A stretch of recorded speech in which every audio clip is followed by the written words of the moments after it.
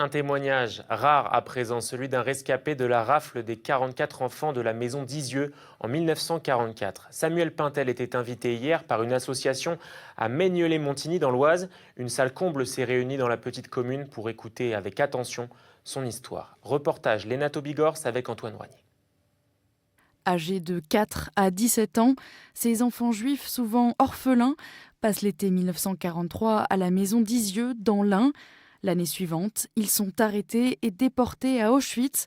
Aucun ne reviendra. Samuel Pintel aurait pu être l'un d'entre eux. Quelques mois plus tôt, il échappe à une première rafle grâce au courage de sa mère.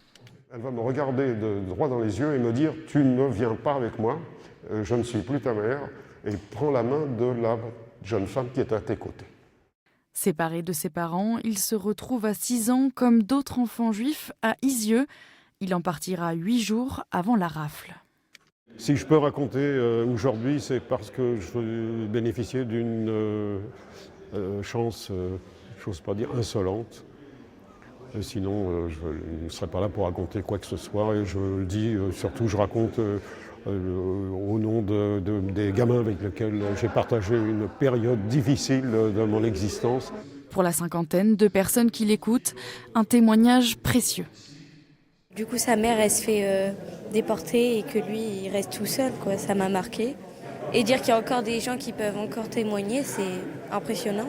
C'est toujours très touchant et bouleversant. Ça permet aussi de mettre du concret sur des connaissances, parce que quand on les enseigne aux élèves, c'est fait avec des images d'archives, puis nous on raconte ce qu'on sait, mais d'entendre des rescapés ou des vraies personnes qui ont vraiment vécu les choses, ça permet d'incarner des connaissances.